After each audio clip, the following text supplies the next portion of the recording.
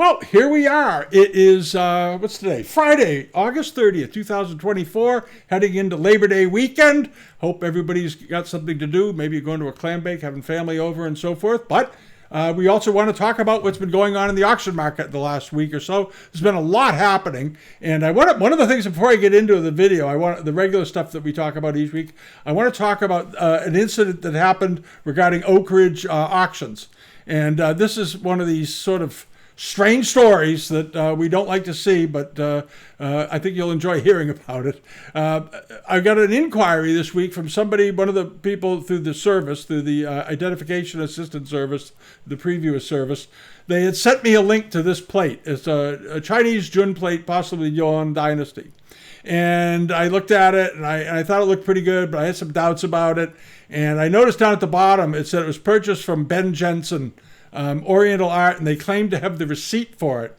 And Ben Jensen's is one of the best dealers in the world. He's a very, very fine gallery in England. They handle great things. They've got a great reputation. So this was how they were trying to pass off the provenance. And they had the receipt. And I told the fellow that made the inquiry, I got some real suspicions about this. It looks pretty good, but you want to verify that receipt. And he got a hold of Oakridge, and they sent him, this is supposed to be the receipt for this piece. October 5th, 2023, he allegedly, the buyer that is consigning this, or whoever owns it, claims it was bought less than a year ago, and it's now being offered, and that he paid £5,800 for it, a payment in full. And down here it says, I certify herewith that to the best of my knowledge and belief, the above work of art is genuine antique and over 100 years old. All right. Ben Jensen does not do receipts like that. This is a scam receipt. They blocked out the images, and it's just total nonsense. Total nonsense. And I got a hold of, when I saw this, I sent an email to Ben and said, this isn't one of your receipts, is it? And it doesn't look right. He wrote back almost instantly and said, no, it's not. It's a fake. And he was pretty upset. He was pretty upset about it. And I said, okay, well, and I got a hold of Oakridge, and I sent them what I'd heard and what I'd seen, and from Ben Jensen, and they went along, and here it is. And this lot has been withdrawn. And they sent sort of an interesting note with nobody signing it. The company's sort of a mystery.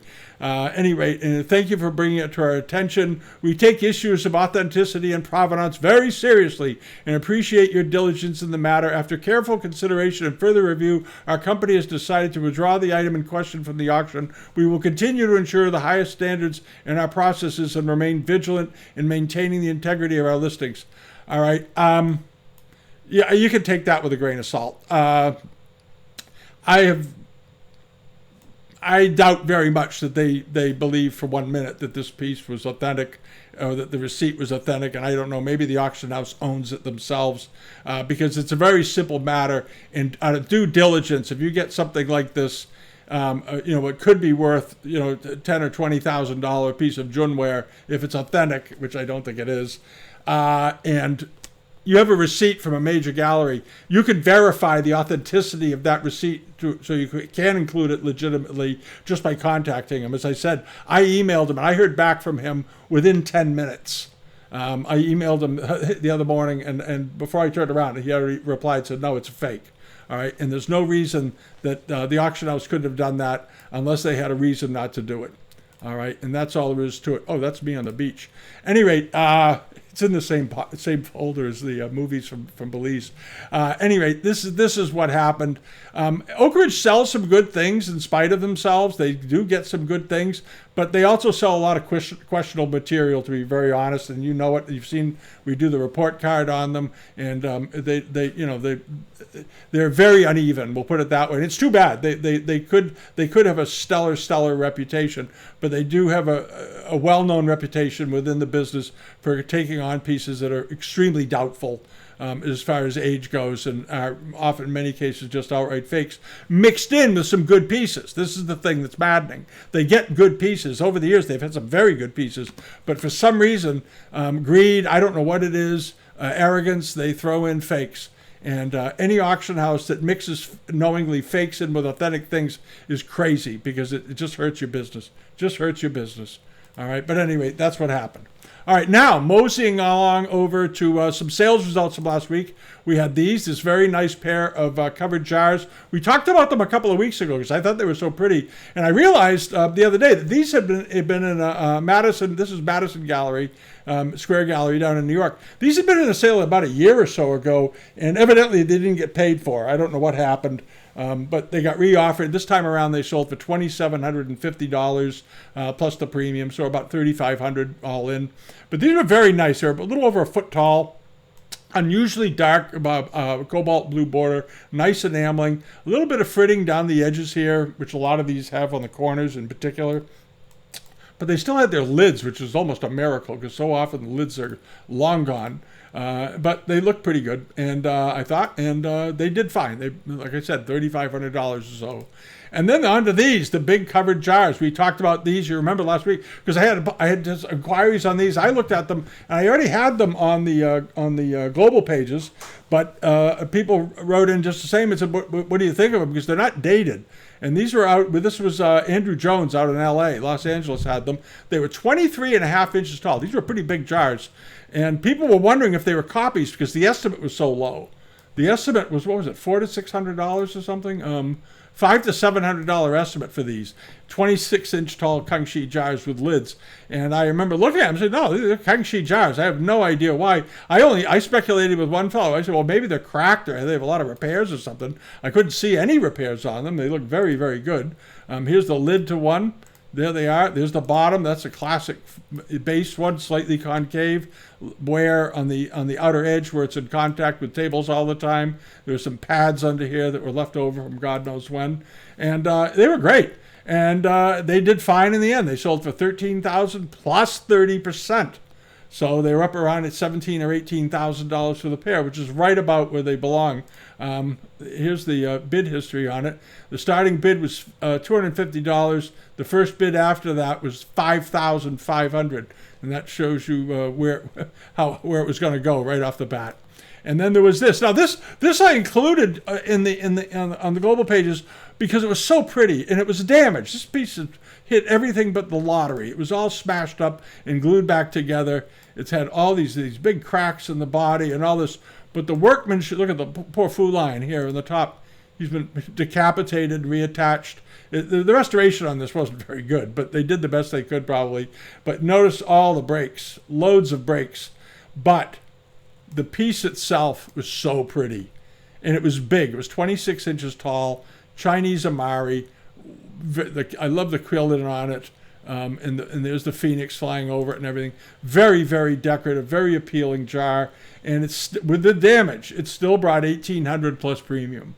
So it ended up selling for about $2,500 with all the damage. But it's a great bit of color, great display piece, and it would have probably been between $10,000 and $15,000 had it not been damaged. And then there are these. These were listed. This was also from Jones. These were listed as Chinese Amari. And I messaged them. I said, these are Japanese. You should change that. And they didn't. They maybe didn't believe that they really were. But these are absolutely Japanese Amari. Those of you who buy Japanese know, just by looking at the bases, with that scrolling bottom and the canthus sleeves, the way this is spread out. And then the geishas. The Chinese didn't put geishas on their porcelains, as we all know. And these had damage to them. One of them was broken at the top, up here. All right, and I was hesitant to include them on the global pages, but I assume that everybody who's been collecting for more than a month will know immediately that they've misdescribed them as Chinese and they're actually Japanese. They're absolutely worth the $1,900. They're pretty big. They're 16 inches tall. They're trumpet vases, and you don't see these very often. Usually when you see them, there's just one of them. Because the other one's been broken. Like this one was damaged, but it wasn't smashed to bits. But a very, very pretty looking pair of vases. So for around $2,400, you got something great to put on a mantle. And then the big jars. These are 26-inch tall Amari jars, late 18th century. I like these a lot. I love these with the great gutsy finials on top, gilded finials no less. And again, you got the geishas dancing around the outside. And it's kind of funny because the decoration on this is also Andrew Jones. The decoration of the girls on this is identical to the pair of trumpet vases. And they knew these were Japanese, but they didn't know the other ones were Japanese, which kind of mystified me. I don't know. I mean, they're the geishas again. and the gilding and all that, and this coloration is all very similar. And I don't know. I don't know what happened. But anyway, they didn't quite figure that out. And these brought $5,500 plus premium, so around $7,800 all in by the time you pay with a premium. But absolutely worth it. These were nice, big Japanese jars. I liked them. And then there was this, the pretty jar, the pretty vase rather. The one we talked about this last week because I had inquiries about it, and I looked at it. I said, boy, I had added it to the global pages. I just thought it was such a beautiful piece of late Qing, early Republic porcelain. Beautiful and unusual, very atypical, very unusual layout, very unusually drawn, but beautifully drawn. And there's no doubt about the age of it. Here's the side of it. Absolutely fascinating how they did this one. And I think even at 5,000 plus premium, it was a bit of a good buy. The more I looked at it, wonderfully, wonderfully painted. And they did show the bottom of it, and that's the bottom of a 19th century vase. No doubt about that. And sold for $5,500 plus premium. It was estimated at $400 to $600. And the more I looked at it, the more I liked it. I think last week when I looked at it, I said it would probably bring $3,000 to $5,000 anyway. Could go for more, and it did. It ended up going for around $7,000 with the premium. But it was a big vase. It was 33 inches tall. Big, impressive piece. Extremely pretty. And this is the age has nothing to do with it. The beauty of the decoration is what drove the price on this. Beautiful work always brings money. You may remember a couple of weeks ago there was that very pretty pair of reticulated plates that I saw. We talked about done in the Chinese style, but with reticulation like a chestnut basket. And we thought they'd bring, we thought, $600, $700, $500 or $800 a piece, something like that. They did. They ended up bringing $2,000 each because they were so pretty. They were so pretty. They just took off. So two people must have just loved them. All right, and then this was an interesting thing. I put this on the global pages because I loved it. They didn't date it. They didn't have a picture of the bottom of it. And I messaged them and I said, could you get me a picture of the base of this thing? Because I wanted to share it with everybody, and they wouldn't do it, or they couldn't do it. And this was a Kungi jar. This was a Kungi vase. Beautiful, beautiful celadon color, wonderfully potted. The potting on this, the way this was thrown, is absolutely beautiful.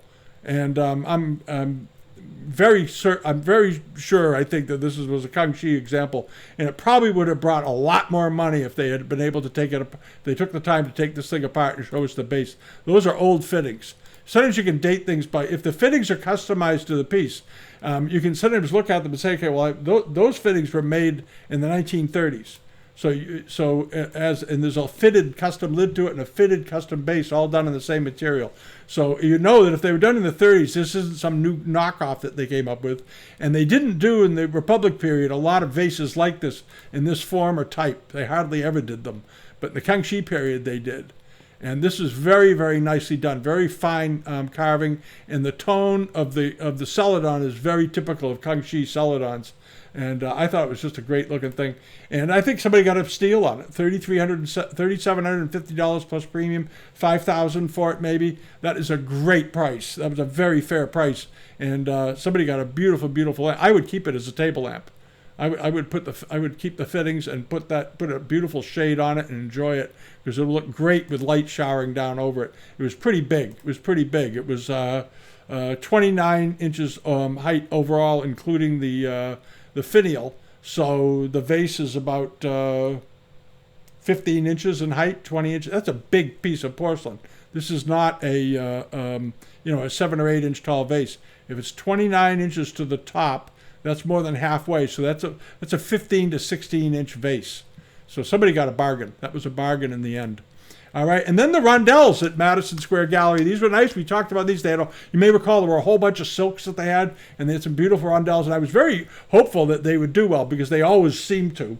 And these were estimated at $8,000 to $12,000. They ended up selling for, with the buyer's premium, for $13,000. So they went over estimate, and the price per Rondells ended up being about $3,000, which is right on the money. I think in the past when we've seen them, these Imperial Rondells sell for anywhere from $2,500 to $3,500 a piece. I think there was a few months ago. There wasn't the one that brought $4,400.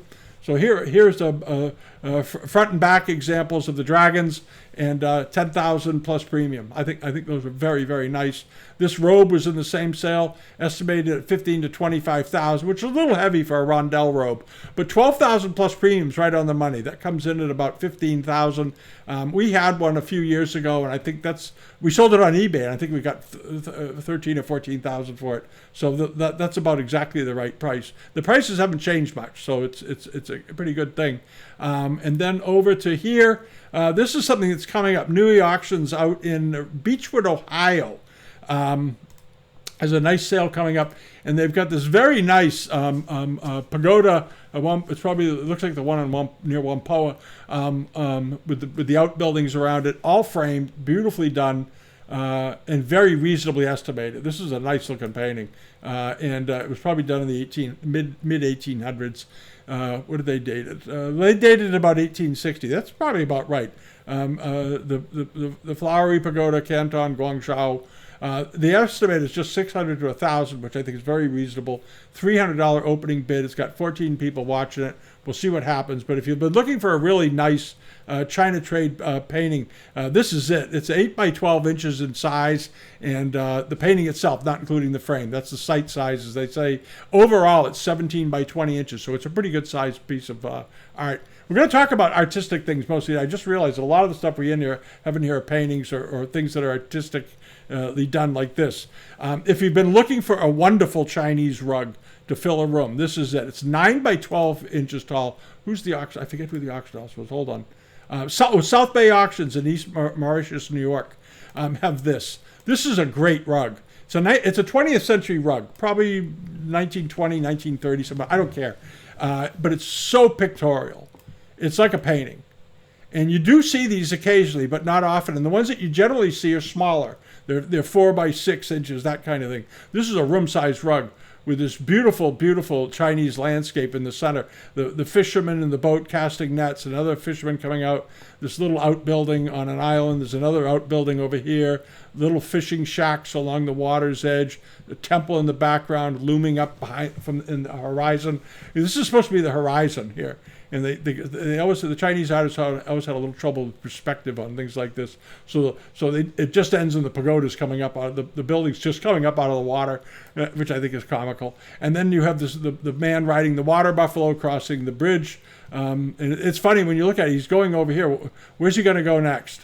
So you can see they just place people in these paintings because they can add an element here and there. So sometimes it doesn't make a lot of sense, but it's still very attractive. And then up top here, you have a little studio or shanty and this scholarly rock coming up and all the blossoming flowers. And then this nice double border going around the outside within a blue frame. Beautifully done. And it looks like it's in good condition. They said it's dirty and it's got wear. I don't see a lot of wear on this. It looks like it's in remarkably good condition. I guess that's what they're talking about, where you can see the knots a little bit. That's not bad. That's on old rugs. That's not bad. And some of this is the brown. This is the brown wool. It's not wear actually. It's the dye they use to make some wools brown can become corrosive over time and cause them to break. That's why if you've ever seen Caucasian rugs from the Caucasus, and you'll notice the brown areas look like the rug has been sculpted because the brown areas are dyed with walnut husks, and it's fairly acidic and it breaks the wool down. So you end up with this sort of sculptured looking rug where the brown areas are very low and the other colored areas are very high. So they look like the brighter colors are in relief. It's a very nice effect. It's not intentional, but that's the way it comes out. But back to this rug, it's estimated at $2,000 to $4,000. I think it's a very reasonable price at $4,000 for this rug plus the premium. It's a pretty rug. It's a rare rug, and you don't see these very often. So if you're looking for a really pretty Chinese rug that's 9 by 12 feet, that's a big carpet. This is what you want to maybe go after. Ask them about shipping. If you're in the New York area, just pick the thing up yourself. It's a beautiful thing. And then this is that outfit, Sunburst Auctions out in California, in Pasadena. They've got a sale coming up with books. You may remember a few months ago they had a very nice book sale. They've got another one here. Lots of old auction catalogs, things from the David Foundation. Then you have books like In Pursuit of the Dragon. How about that one? It came out years ago. Traditions and Transitions in Ming Porcelain. You have the Gerald Reitlinger collection book over here. Alfred Bauer. another famous collector. There's some very, very good books in here. And I've noticed lately book prices have been very reasonable. And I think part of this is because people aren't buying books anymore. They think people that are interested in Chinese art think they can learn everything there is to know by looking on the internet. You can't, because there's so much misinformation on the internet. You don't know what's reliable. So you need books and reference material that get into detail to discuss the pieces. And I said to somebody this week, somebody asked me, why should I buy books? Again, if you don't build a really good library of reference books, you'll never have a great collection.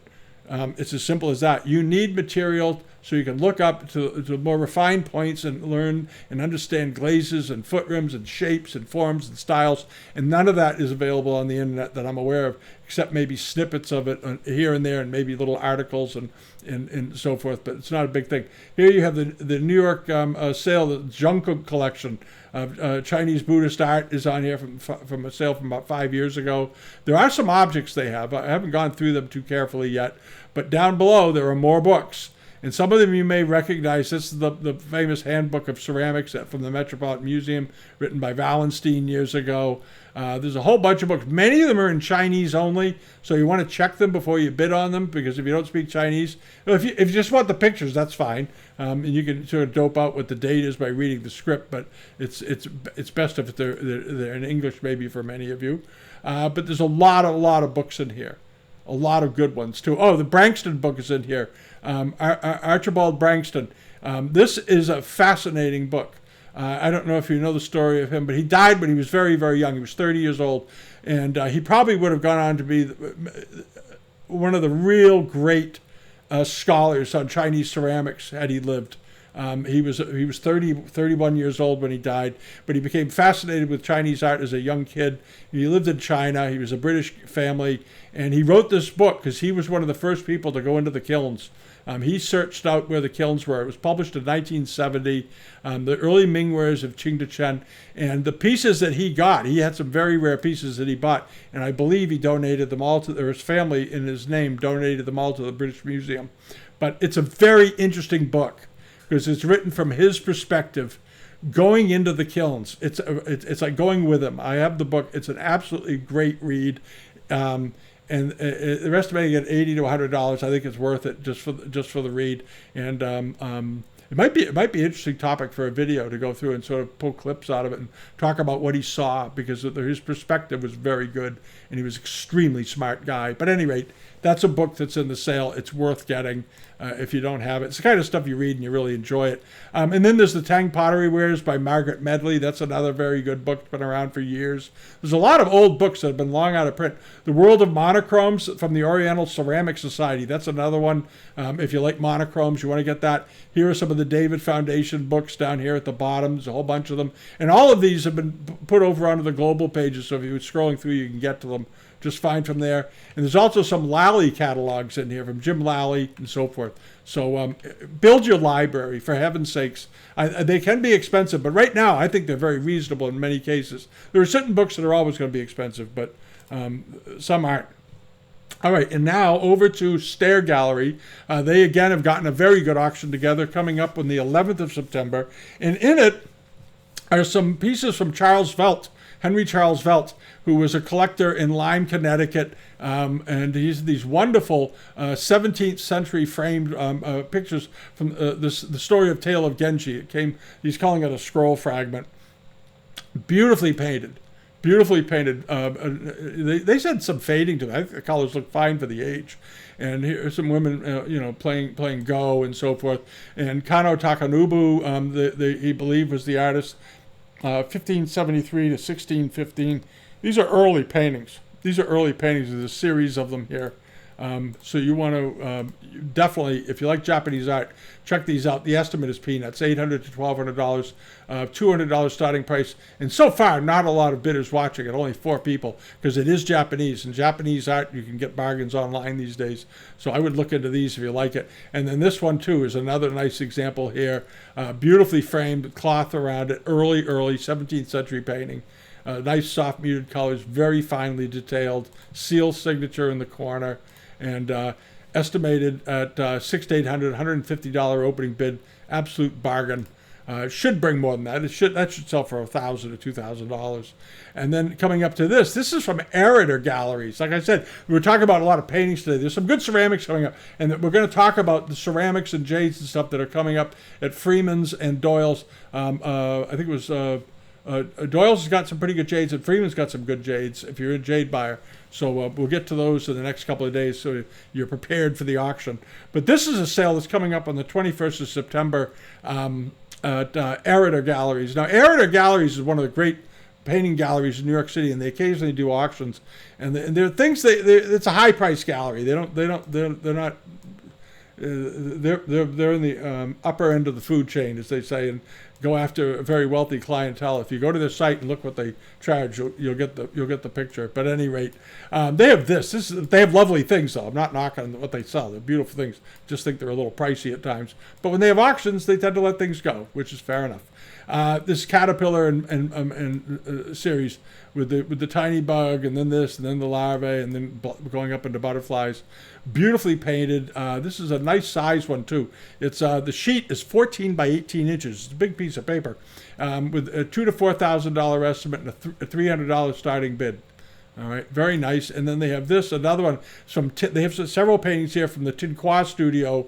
This is a very, very, very nice piece of from Whampoa of the boats, coming in, and they're in the anchorage, awaiting permission to go ashore. And you see some small Chinese boats going around here, men walking on the shoreline and so forth. Rather classic thing. $800 starting price, $1,500. Estimate $1,500 to $3,000. I think that estimate is high. I'm not sure I agree with them, but it is Tinquois and it may get there. But I'd be surprised if it got to $3,000. But you never know. People love Tinquois, so we'll see. But it seems a little expensive to me. And then there's this one. This is the Boca Tigris on the Pearl River. Tinquois again. Extremely fine work though. Tinquois Studio was the best in China. And here you have this wonderful thing with the sort of misty sort of background, no damage. And these are on pith, I believe, right? Gouache on pith paper. Look like pith. And so it's very, very brittle. So it's nice to see them when they have absolutely no damage. They're perfect. And that's something they are. And there's also a large oil they have, I believe, in this area, watercolor on paper. I think it's got an opening bid of about $28,000. It's a little heavy. But we'll see. You never know. It's hard to predict anything these days. And then you have this one. This is a lovely scene. The shoreline. This scene was painted often by Hong painters and port painters because it was such a beautiful perspective and beautiful view of this promenade that went down across by the warehouses. And not many boats in the water at the time, so it must have been off season because they only traded there for certain months of the year. So it was a lot of the time it looked just like that. Estimated at $1,500 to $3,000, $800 starting bid. Very nice painting, and those are all at Arader. They're on the site. They do provide an extensive write-up, and they're a very scholarly company. They know what they're doing. They've been around for years, but they're kind of expensive. That's all. If you go in there. All right, now so over here to eBay, some auction results. Josh Chamberlain, Juice. It's now Chamberlain Antiques. I guess he has Juice he has two accounts, Juice 1499 and Chamberlain Antiques. He should do. The name Juice was something given to him. He told me what it was. I think he had a niece or something he was trying to come up with a name to open an eBay account, and his niece said Juice 1499. Some funny story like that. It's very charming. Anyway. It's now Chamberlain Antiques. He's been around for years. And this nice piece of jade with the spinner in the middle. This disc will rotate. You can see like modern day spinners, like the toys they have. This is basically the precursor to that one. $2,026. Nice example. And then there was the Ming plaque in relief. I brought $3,350. Sometimes these bring more, sometimes they bring less. This was a nice one. And these jades all came out of an old collection. This collection, I talked to Josh about it. He said it was formed. The last bit of it was formed in the 1950s, and it's been sort of put away ever since. And he bought it and selling it off. And this one bought $3,350. And then there's this one. This was my favorite one because I love the elephant on the thing. I just think it's great. Here it is. And this was probably on a scepter, I suspect. I don't think they carved this good of a piece of jade to put in this little brass box as a lid. I think this was on a very expensive, very fancy scepter, and it broke because scepters break. and they saved it and then repurposed it on a box back at the turn of the century, the last century. But the quality of the carving on this I thought was just wonderful all the way around. Very finely done, nice detail, like the elephant. The elephant is great. Double gored, auspicious symbols all over it, cash symbols and so forth. Very attractive. $4,350. I don't think that was too much. I think that was a good buy. And it was fairly good size too. It was 4¼ inches wide. It wasn't a small little tiny thing. It was this big. It was like, it's like a big belt buckle. But very nice, very, very beautiful thing. And good quality. And then there was this one, the B disc, with the Chimera and the Phoenix on it. This looks like a nice old one, good worn old surface on it, but nicely polished on all the high points. Looked absolutely fine. The back of it had script on it here, here, and here.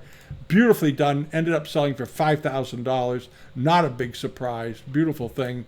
And then hopping along over to this.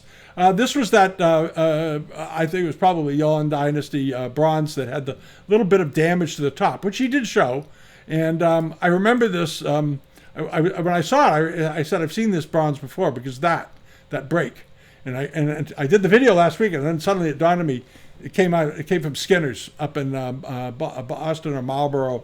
They had a sale back in February or March, and it was in a lot with another piece. There was another one of these cage work. Well, he sold that also in this recent sale. One of these cage work Ming bronzes, and they had the two of them together in a lot.